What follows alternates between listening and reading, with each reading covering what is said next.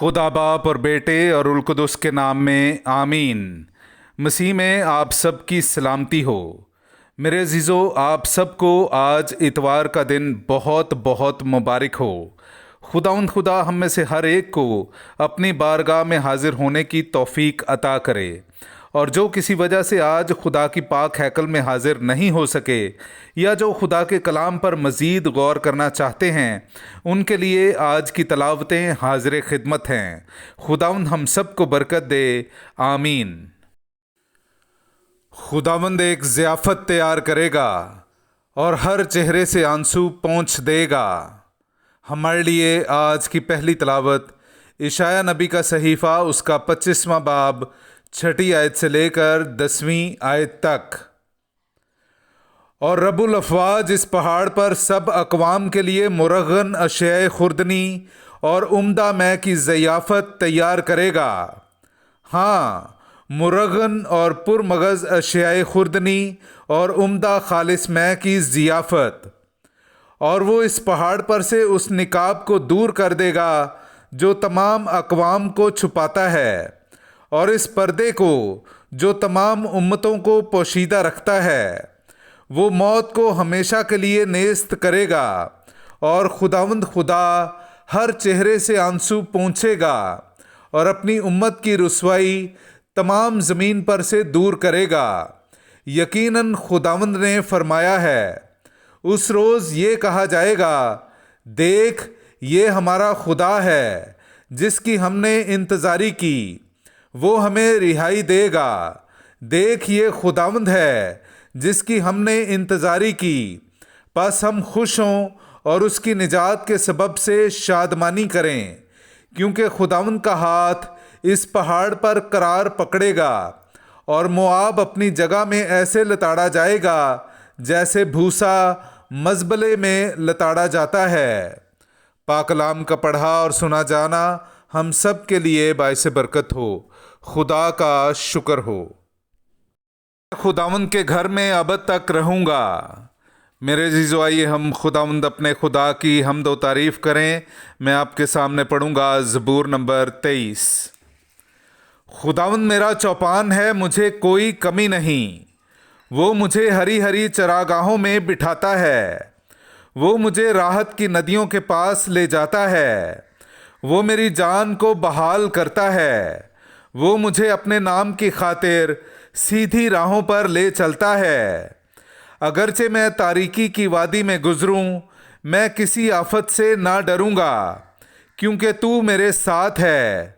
तेरा असा और तेरी लाठी ये मेरी तसल्ली का बाइस हैं। तू मेरे मुखालिफों के रूबरू मेरे आगे दस्तरखान बिछाता है। तू मेरे सर को तेल से मलता है, मेरा जाम लबरेज होता है। मेरी ज़िंदगी के तमाम अयाम में भलाई और करम मेरे साथ होंगे, और ज़मानों की दराजी तक मैं खुदावंद के घर में रहूँगा। पाक कलाम का पढ़ा और सुना जाना हम सब के लिए बाइस बरकत हो। खुदा का शुक्र हो। जो मुझे ताकत बख्शता है, उसमें मैं सब कुछ कर सकता हूँ। मेरे अज़ीज़ों, आइए हम आज की दूसरी तलावत सुनते हैं। मुक़द्दस पौलुस रसूल का ख़त फ़िलिप्पियों की कलीसिया के नाम, उसका 4था बाब 12वीं से 14वीं और फिर 19वीं से 20वीं आयत तक। मैं पस्ती से वाकिफ़ हूँ और फरावानी से भी वाकिफ़ हूँ। मैंने हर बात और सब बातों की तालीम पाई है, आसूदा होने की और भूखे रहने की, फरावानी की और तंग दस्ती की। जो मुझे ताकत बख्शता है, उसमें मैं सब कुछ कर सकता हूँ। तो भी तुमने अच्छा किया है कि मेरी मुसीबत में शरीक हुए हो। मेरा खुदा तुम्हारी हर एहतियाज को अपनी दौलत के मुआफिक मसीह यसु में जलाल से पूरा करे। हमारे खुदा और बाप की अब्दुल अबाद तक तमजीद होती रहे, आमीन। पाक कलाम का पढ़ा और सुना जाना हम सब के लिए बाइस बरकत हो। खुदा का शुक्र हो। ए हम्द। खुदावंद फरमाता है, दुनिया का नूर मैं हूँ। जो मेरी पैरवी करेगा وہ زندگی کا نور پائے گا۔ ہمارے لیے آج کا انجیلی اقتباس مقدس متی کی انجیل اس کا 22واں باب پہلی آیت سے لے کر 14ویں آیت تک۔ اور یسوع پھر خطاب کر کے تمثیلوں میں ان سے بات کرنے لگا اور کہا کہ آسمان کی بادشاہی اس بادشاہ کی مانند ہے جس نے اپنے بیٹے کی شادی کی اور اپنے غلاموں کو بھیجا کہ بلائے ہوئوں کو شادی میں بلائیں، لیکن انہوں نے آنا نہ چاہا۔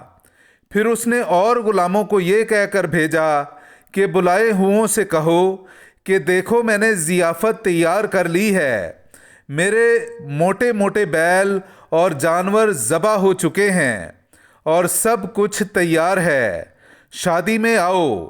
مگر وہ کچھ خاطر میں نہ لائے اور چل دیے، کوئی اپنے کھیت کو، کوئی اپنی سوداگری کو، اور باقیوں نے اس کے غلاموں کو پکڑ کر ان سے برا سلوک کیا اور مار ڈالا۔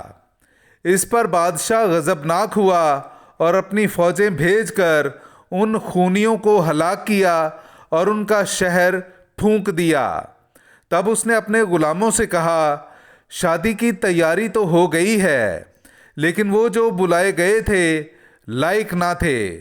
پس تم چوکوں پر جاؤ اور جتنے تمہیں ملیں شادی میں بلاؤ۔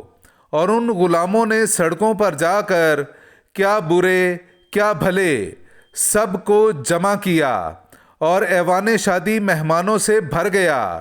اور جب بادشاہ مہمانوں کو دیکھنے اندر آیا تو اس نے وہاں ایک آدمی پایا جو شادی کی پوشاک پہنے نہ تھا، اور اس نے اس سے کہا، اے میاں، تو شادی کی پوشاک پہنے بغیر یہاں کیسے آیا؟ مگر وہ خاموش رہا۔ تب بادشاہ نے خادموں سے کہا، اس کے ہاتھ پاؤں باندھ کر اسے باہر کے اندھیرے میں ڈال دو، وہاں رونا اور دانتوں کا بجنا ہوگا، کیونکہ بلائے ہوئے بہت ہیں لیکن برگزیدے تھوڑے۔ پاک کلام کا پڑھا اور سنا جانا ہم سب کے لیے باعث برکت ہو۔ خدا کا شکر ہو۔